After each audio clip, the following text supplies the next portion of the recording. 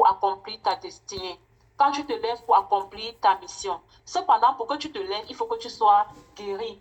Pour que tu manifestes cette plénitude, cet épanouissement, cette abondance, il faut que tu sois guéri.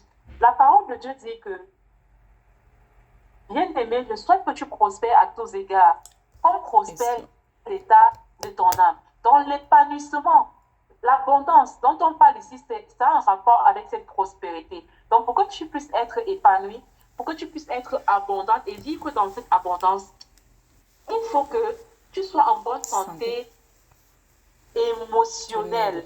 Donc, il faut que tu sois guéri, il faut que tu sois délivré, que tu délivres tous les captifs de rancune, de rancœur, de culpabilité, de honte. Parce que toutes ces choses négatives s'accumulent dans ton âme et rendent ton âme malade. Et quelqu'un qui a une âme malade ne peut jamais s'élever dans les hauteurs. Parce que l'âme malade rend ton corps lourd. Tu ne peux même pas te lever. Tu te lèves à peine même pour t'occuper de ta maison, seulement côté ménage. Tu te lèves à peine même pour te faire quelque chose qui te fait du bien à toi. Combien de fois s'il faut se lever pour les nations? Donc, quand tu as une âme malade, en fait, l'état de ton âme va influencer la qualité de tes émotions. La qualité de tes émotions va influencer la qualité de tes pensées. La qualité de tes pensées va influencer la qualité de tes actions. Et la qualité de tes actions va influencer toute ta vie entière. Ça va influencer ta capacité à être riche, à être épanoui, à rencontrer de bonnes personnes, à faire de bons choix.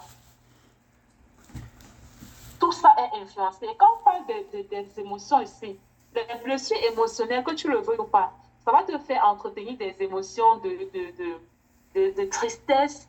Il y a des blessures qui vont te causer une certaine tristesse intense, la colère, la rancune, le ressentiment, l'amertume, l'hostilité, le sorte de rancœur, la jalousie, l'envie.